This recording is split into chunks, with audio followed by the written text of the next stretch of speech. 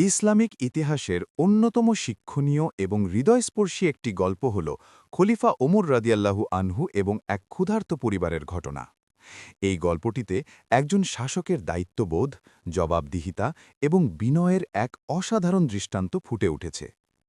গল্প ইসলামের দ্বিতীয় খলিফা হজরত ওমর রাদিয়াল্লাহু আনহুয়ের শাসনামলের কথা। তিনি ছিলেন বিশাল সাম্রাজ্যের শাসক, কিন্তু তার মধ্যে কোনো অহংকার ছিল না, বরং জনগণের প্রতি তার দায়িত্ববোধ ছিল প্রবল। তিনি প্রায়ই রাতের বেলা ছদ্মবেশে মদিনার অলিতে গলিতে ঘুরে বেড়াতেন, যাতে সাধারণ মানুষের আসল অবস্থা নিজ চোখে দেখতে পারেন। এক রাতের ঘটনা, খলিফা ওমর রাদিয়াল্লাহু আনহু তার ভৃত্য আসলামকে নিয়ে মদিনার উপকণ্ঠে টহল দিচ্ছিলেন। হঠাৎ তিনি অনেক দূরে একটি তাঁবুর কাছে আগুন জ্বলতে দেখলেন। তিনি আসলামকে বললেন, চলো ওখানে গিয়ে দেখি, হয়তো কোনো মুসাফির অন্ধকারে পথ হারিয়েছে অথবা তাদের সাহায্যের প্রয়োজন। তাঁবুর কাছে গিয়ে খলিফা দেখলেন এক নারী চুলার উপর একটি হাঁড়ি বসিয়ে আগুন জ্বালাচ্ছেন, আর তার পাশে বসে কয়েকটি ছোট বাচ্চা ক্ষুধার যন্ত্রণায় হাউমাউ করে কাঁদছে। ওমর রাদিয়াল্লাহু আনহু কাছে গিয়ে সালাম দিলেন এবং জিজ্ঞাসা করলেন, বাচ্চারা কাঁদছে কেন? মহিলাটি, যিনি খলিফাকে চিনতে পারেননি, উত্তর দিলেন, ওরা ক্ষুধার যন্ত্রণায় কাঁদছে, ঘরে খাবার মতো কিছুই নেই। ওমর রাদিয়াল্লাহু আনহু চুলায় বসানো হাঁড়ির দিকে ইশারা করে বললেন, তাহলে হাঁড়িতে কি রান্না হচ্ছে? মহিলাটি দীর্ঘশ্বাস ফেলে বললেন, হাঁড়িতে কোনো খাবার নেই, শুধু পানি আর কয়েকটি পাথর ফুটছে। আমি ওদের সান্ত্বনা দেওয়ার জন্য ভান করছি যে খাবার রান্না হচ্ছে, যাতে ওরা এই আশায় কাঁদতে কাঁদতে একসময় ক্লান্ত হয়ে ঘুমিয়ে পড়ে। আমাদের খলিফা ওমরের বিরুদ্ধে আল্লাহর দরবারে আমার বিচার রইল। তিনি আমাদের শাসক, অথচ আমাদের খবর রাখেন না। এ কথা শুনে ওমর রাদিয়াল্লাহু আনহুয়ের বুক কেঁপে উঠল। তিনি অপরাধ বোধে হাউমাউ করে কেঁদে ফেললেন। তিনি আর এক মুহূর্তও সেখানে দাঁড়ালেন না। ভৃত্য আসলামকে নিয়ে দ্রুত মদিনায় বাইতুল মালে রাষ্ট্রীয় কোষাগারে ছুটে এলেন।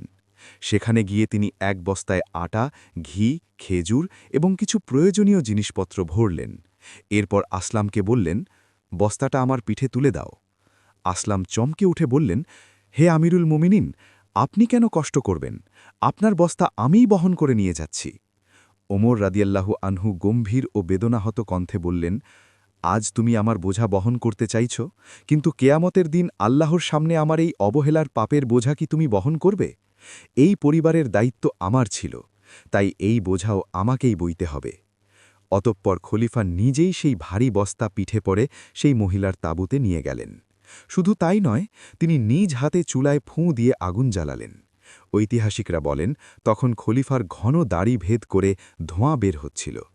তিনি নিজ হাতে খাবার রান্না করলেন এবং বাচ্চাদের পেট ভরে খাওয়ালেন। বাচ্চারা যখন হাসি মুখে খেলা শুরু করে ঘুমিয়ে পড়ল, তখন তিনি স্বস্তির নিঃশ্বাস ফেললেন। যাওয়ার আগে মহিলাটি খুশি হয়ে বললেন, আল্লাহ আপনাকে উত্তম প্রতিদান দিন।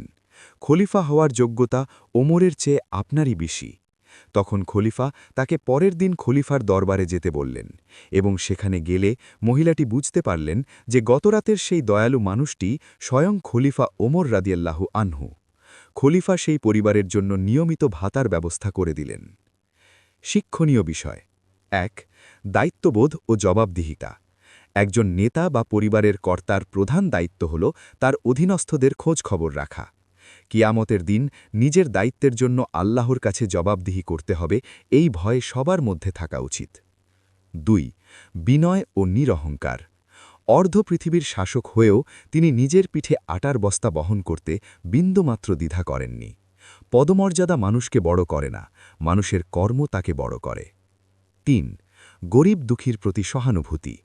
বিপদে মানুষের পাশে দাঁড়ানো এবং তাদের কষ্ট লাঘব করাই ইসলামের প্রকৃত শিক্ষা। ৪. ক্ষমতা ভোগের বস্তু নয়। এই গল্পটি আমাদের শেখায় যে ক্ষমতা বা নেতৃত্ব কোনো ভোগের বস্তু নয়, বরং এটি একটি বিশাল পরীক্ষা এবং আমানত।